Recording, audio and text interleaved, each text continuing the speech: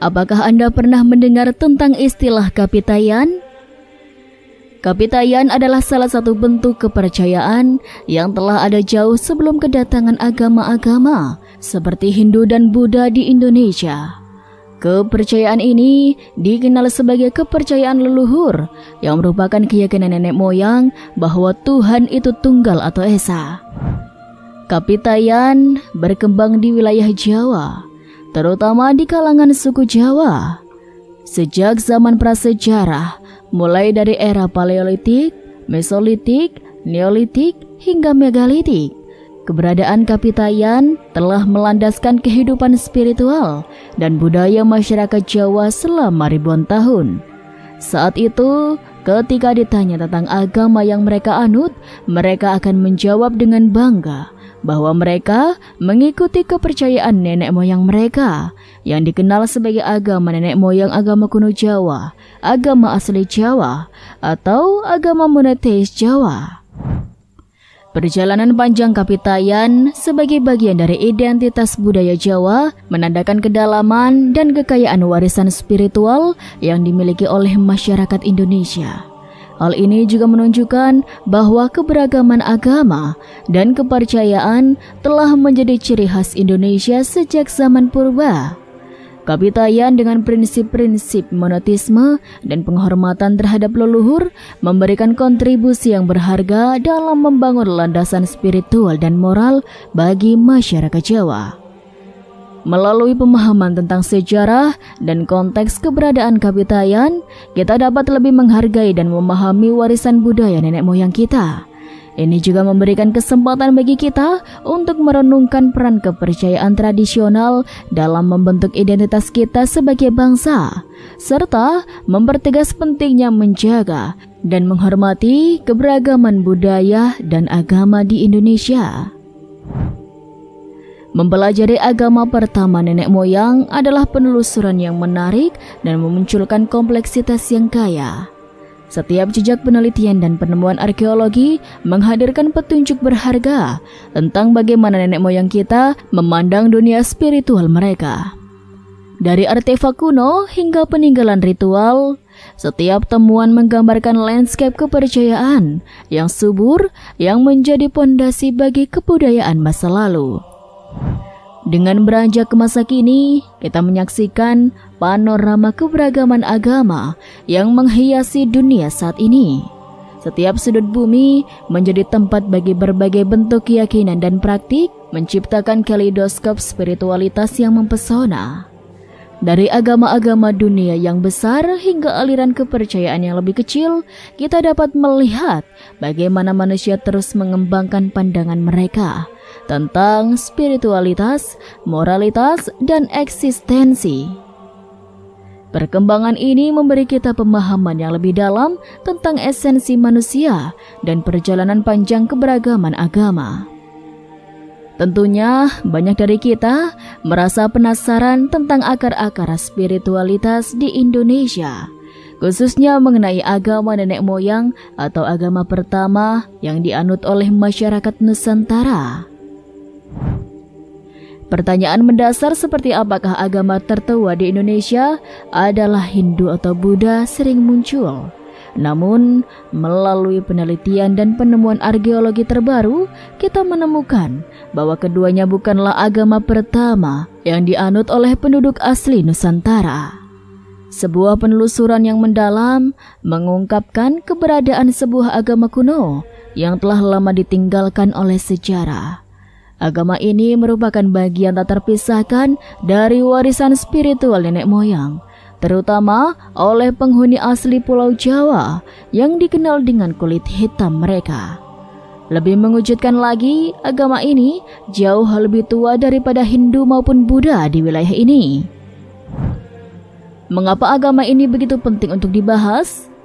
Jawabannya terletak pada esensi dari keyakinan ini sendiri. Agama ini dikenal sebagai agama tauhid, sebuah konsep spiritual yang mengakui keesaan Tuhan Yang Maha Esa.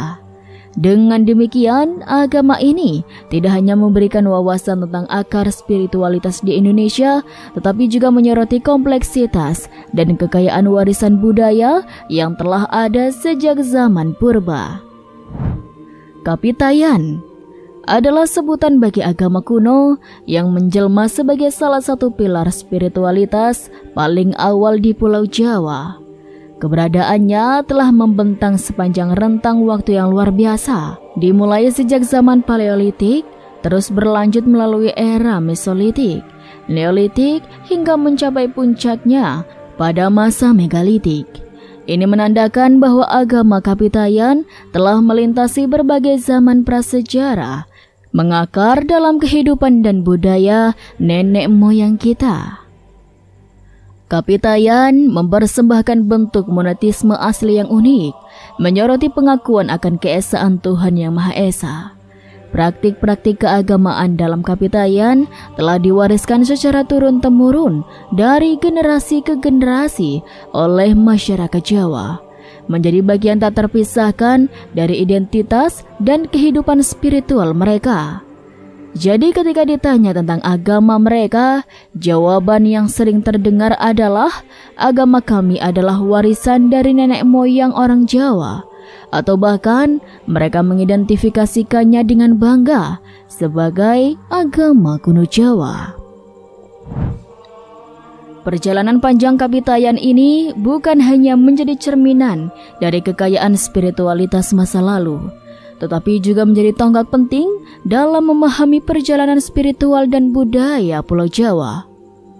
Dalam setiap ritual dan persembahan, kita dapat melihat jejak-jejak kearifan dan kepercayaan yang telah membentuk jiwa dan karakter masyarakat Jawa selama ribuan tahun.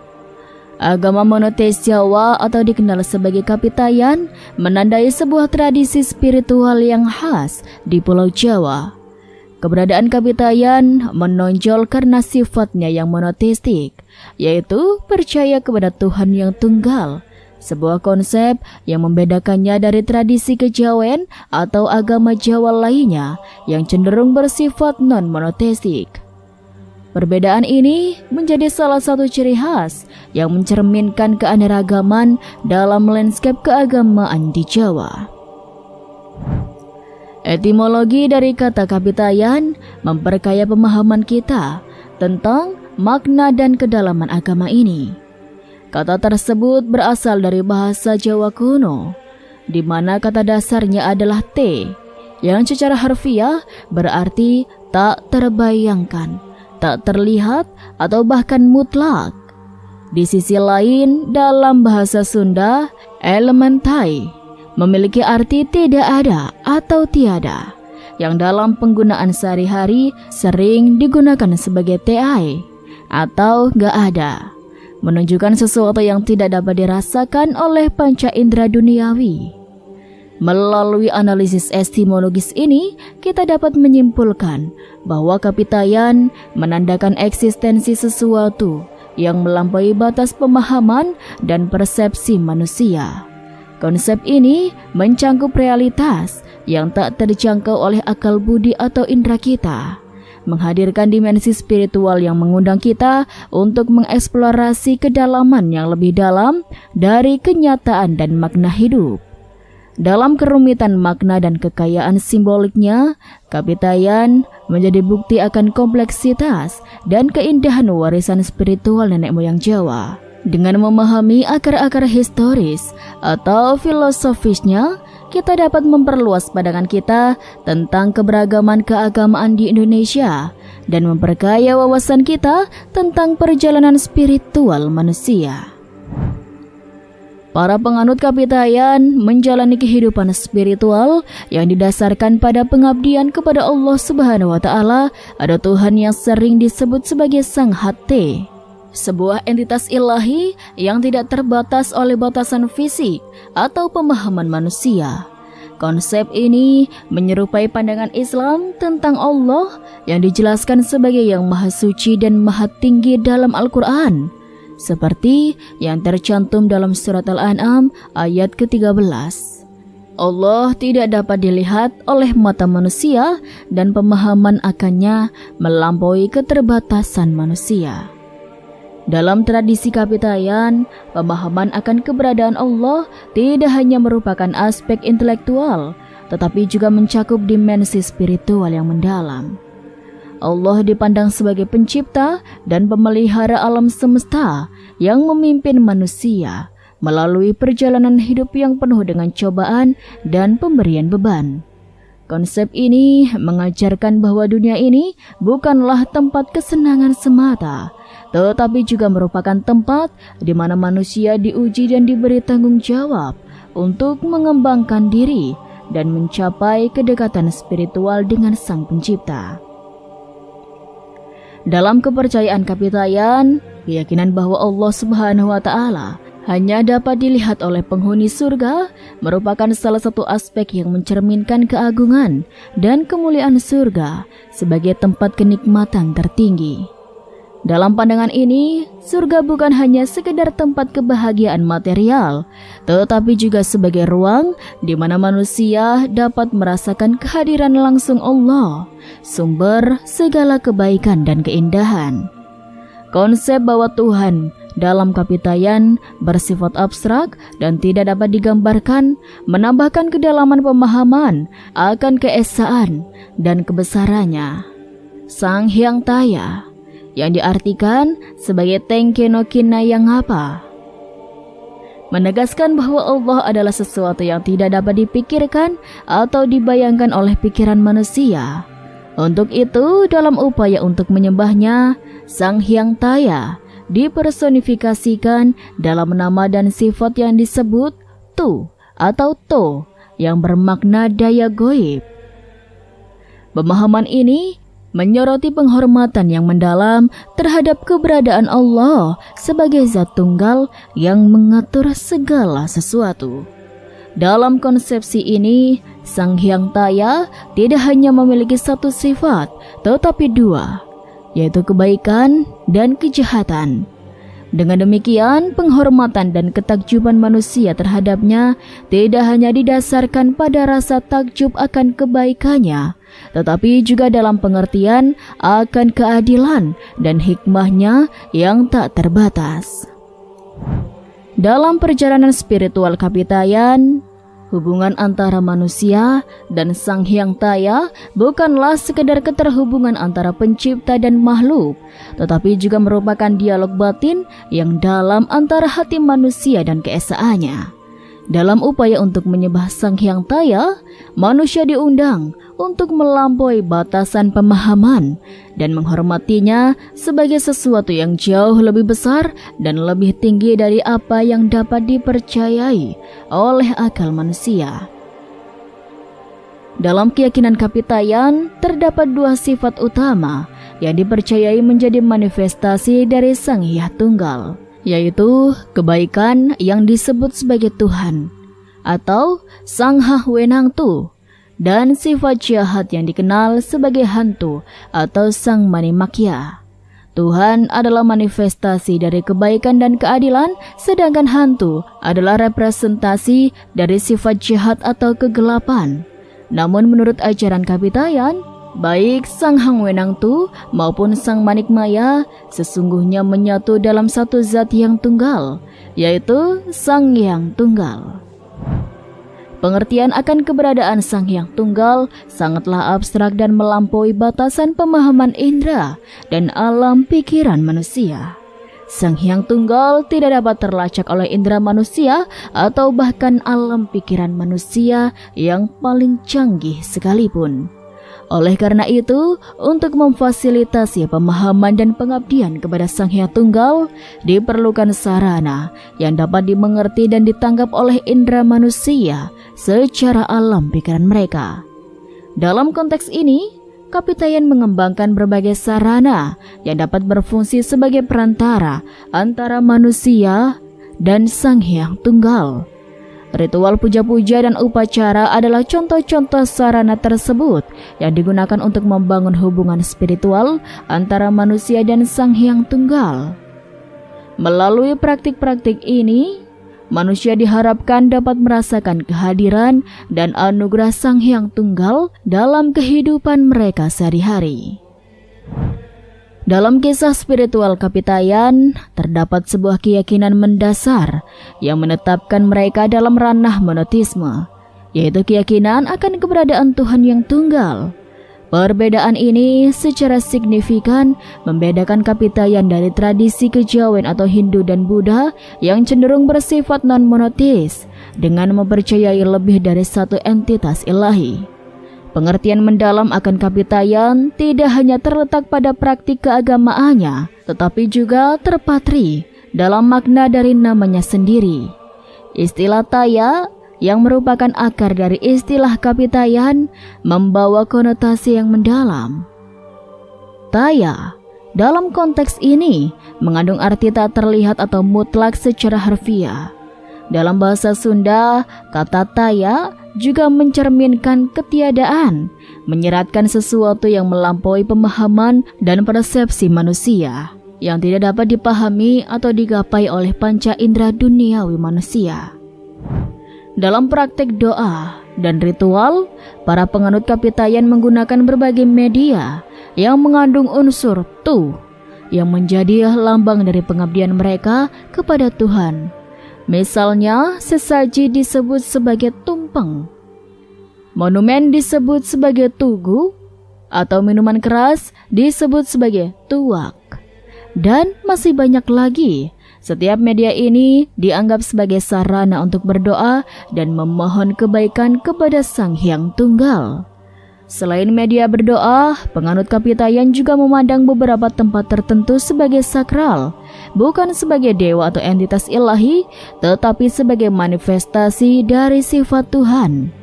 Pohon beringin yang besar, gapura yang megah, batu yang kokoh, atau tempat-tempat yang tinggi dan menonjol adalah beberapa contoh tempat yang dianggap sakral. Bagi mereka, tempat-tempat ini bukanlah objek penyembahan, tetapi melambangkan keagungan dan kehadiran Tuhan yang Maha Kuasa.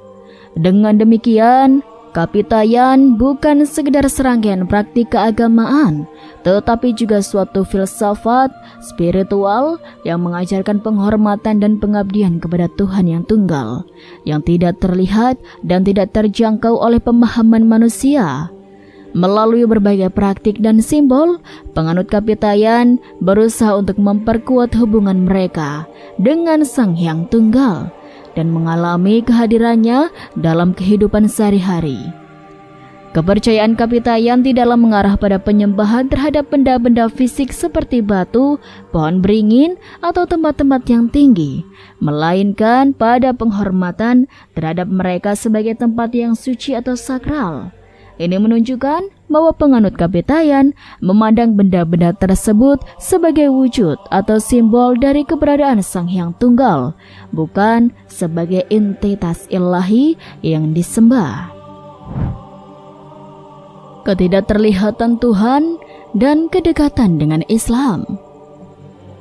Dalam kepercayaan Kapitayan, Sang Hyang Taya adalah sebutan yang diberikan kepada Tuhan, entitas ilahi yang maha kuasa dan maha bijaksana.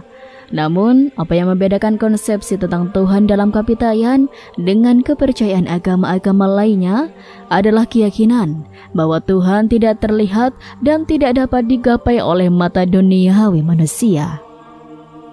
Dalam pandangan Kapitayan, jika suatu entitas dapat terlihat atau digapai, maka bukanlah Tuhan. Pemahaman ini selaras dengan ayat dari Al-Quran, Surah Al-An'am ayat 103, yang menyatakan, Dia tidak dapat dijangkau oleh penglihatan mata, sedangkan Dia dapat menjangkau segala penglihatan itu.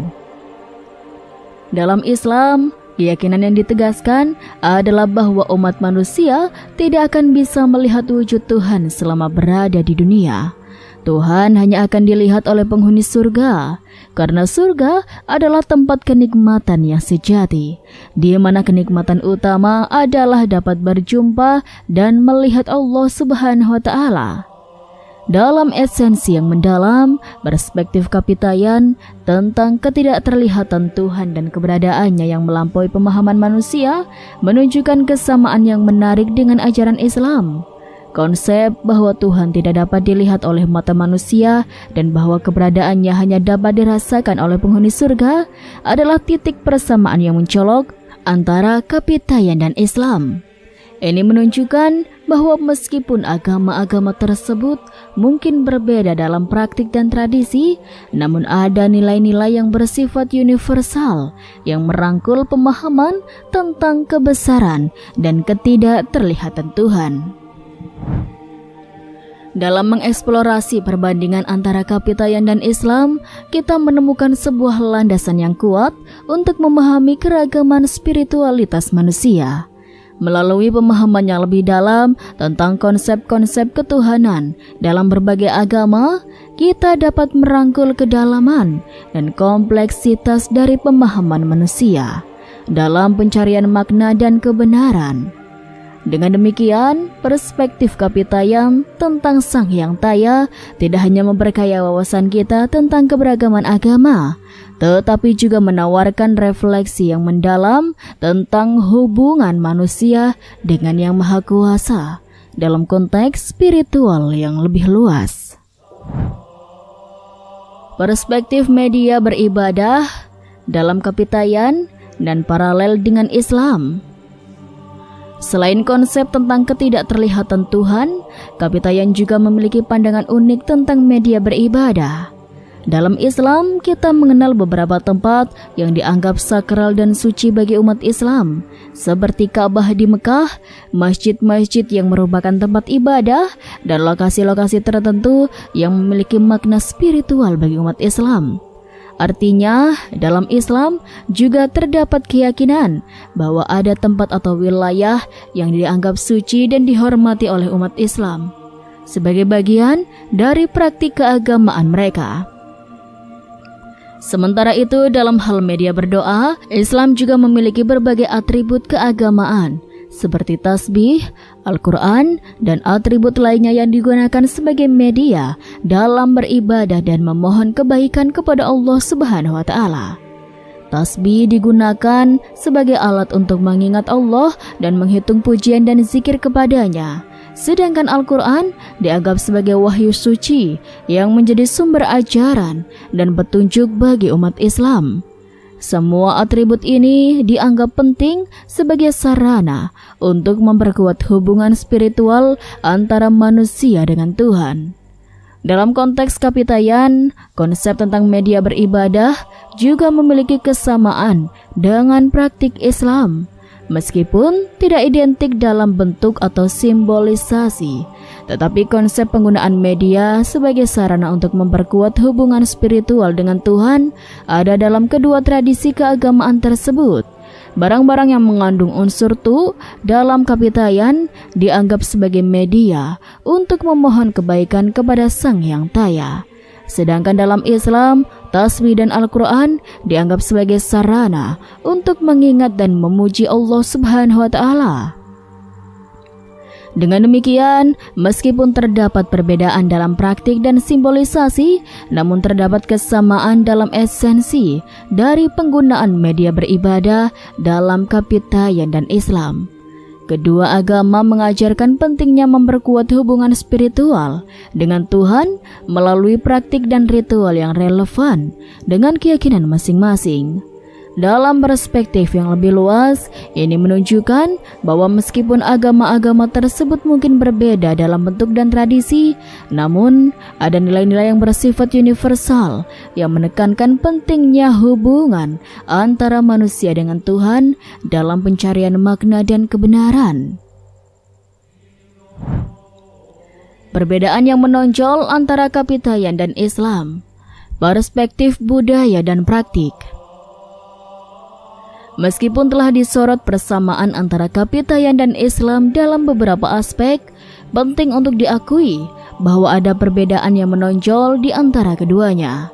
Meskipun pada pandangan awal ada kesan bahwa kepercayaan Kapitayan hampir sama dengan agama Islam, namun dalam kenyataannya terdapat beberapa aspek budaya dan praktik yang membuat keduanya berbeda.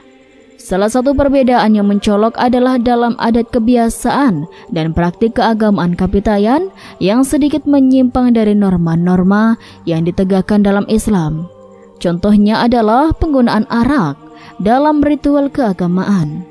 Budaya-budaya yang menganut kebebasan dalam bergaul dan kurangnya batasan yang jelas terhadap interaksi antara laki-laki dan perempuan. Dalam Islam, semua hal ini dilarang karena dapat membawa dampak buruk di kemudian hari. Islam telah mengatur umatnya dengan ketat untuk menjauhkan mereka dari segala bentuk perilaku dan praktik yang dapat membahayakan diri mereka sendiri dan masyarakat. Perbedaan lainnya terletak pada ketatnya aturan dan ketentuan yang diberlakukan dalam Islam dibandingkan dengan kepercayaan Kapitayan. Islam memiliki serangkaian hukum syariat yang mengatur setiap aspek kehidupan umatnya, mulai dari ibadah hingga etika sosial dan ekonomi. Di sisi lain, Kapitayan cenderung lebih longgar dalam hal aturan dan lebih mengandalkan prinsip-prinsip spiritualitas dalam mengatur kehidupan sehari-hari.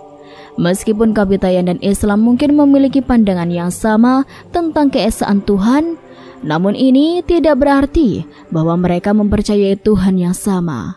Konsep tentang Tuhan dalam Kapitayan mungkin memiliki nuansa yang berbeda, dengan fokus pada sifat-sifat tertentu yang unik bagi keyakinan mereka sendiri. Dengan demikian, meskipun terdapat kesamaan dalam beberapa aspek, penting untuk diingat bahwa Kapitayan dan Islam adalah dua tradisi keagamaan yang berbeda, masing-masing dengan budaya, praktik, dan pandangan yang unik. Menghormati perbedaan ini adalah kunci untuk memahami keragaman spiritualitas manusia dan memperkuat toleransi antar umat beragama. Kehadiran Kapitayan sebagai bentuk kepercayaan di tanah Jawa adalah bukti bahwa para nenek moyang kita telah berupaya untuk mengungkapkan rasa syukur kepada Sang Pencipta. Namun seperti halnya dengan kepercayaan yang muncul sebelumnya, tidaklah mengherankan jika mereka memiliki cara yang berbeda dalam mengekspresikan rasa syukur mereka. Justru dalam perbedaan cara ekspresi rasa syukur itulah budaya kita menjadi semakin berwarna dan beragam.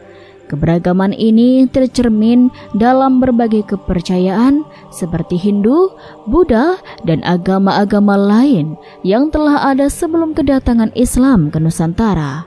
Semua kepercayaan ini merupakan warisan leluhur yang patut kita hormati dan pelajari sebagai bagian dari sejarah dan identitas kita.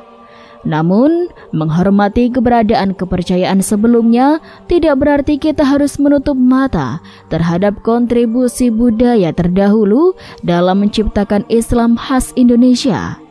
Sebaliknya, kita harus mengakui bahwa keberagaman tersebut telah memberikan warna tersendiri dalam pembentukan identitas keagamaan kita. Dalam proses ini, norma budaya yang kaya dan beragam tidak dihilangkan, namun juga tidak bertentangan dengan norma-norma agama. Bukankah ini merupakan perpaduan yang unik?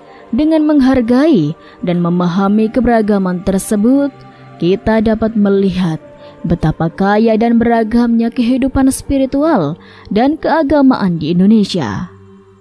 Ini menegaskan bahwa toleransi, penghargaan, dan kerjasama antar umat beragama adalah kunci untuk membangun masyarakat yang harmonis dan inklusif. Dengan menjaga keberagaman ini, kita dapat memperkaya pemahaman kita tentang agama, budaya, dan sejarah Indonesia, serta memperkuat fondasi kesatuan dan persatuan bangsa.